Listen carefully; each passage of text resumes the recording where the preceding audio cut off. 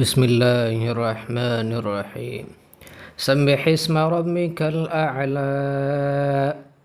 اے پیغمبر اپنے پروردگار جلیل الشان کے نام کی تسبیح کرو۔ الذی خلق فسوی، جس نے انسان کو بنایا پھر اس کے اعضاء کو درست کیا۔ والذی قدر فہدی، اور جس نے اس کا اندازہ ٹھہرایا پھر اس کو رستہ بتایا۔ والذی اخرج المرعی، اور جس نے چارہ اگایا۔ فجعلہ غثاء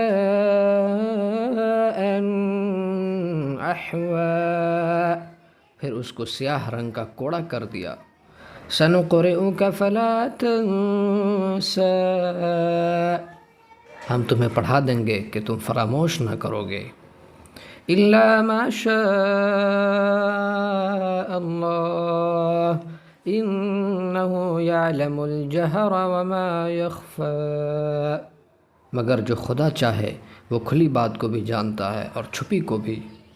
وَنُيَسِّرُكَ لِلْيُسْرَىٰ، ہم تم کو آسان طریقے کی توفیق دیں گے۔ فَذَكِّرْ إِن نَفَعَتِ الذِّكْرَىٰ، سو جہاں تک نصیحت کے نافع ہونے کی امید ہو نصیحت کرتے رہو۔ سَيَذَّكَّرُ مَن يَخْشَىٰ، جو خوف رکھتا ہے وہ تو نصیحت پکڑے گا۔ وَيَتَجَنَّبُهَا الْأَشْقَىٰ، اور بے خوف بدبخت پہلو تہی کرے گا۔ الَّذِي يَصْلَى النَّارَ الْكُبْرَىٰ، جو قیامت کو بڑی تیز آگ میں داخل ہوگا۔ ثُمَّ لَا يَمُوتُ فِيهَا وَلَا يَحْيَىٰ، پھر وہاں نہ مرے گا اور نہ جیے گا۔ قَدْ أَفْلَحَ مَن تَزَكَّىٰ، بے شک وہ مراد کو پہنچ گیا جو پاک ہوا۔ وَذَكَرَ اسْمَ رَبِّهِ فَصَلَّىٰ، اور اپنے پروردگار کے نام کا ذکر کرتا رہا اور نماز پڑھتا رہا۔ بل تؤثرون الحیاة الدنیا، مگر تم لوگ تو دنیا کی زندگی کو اختیار کرتے ہو۔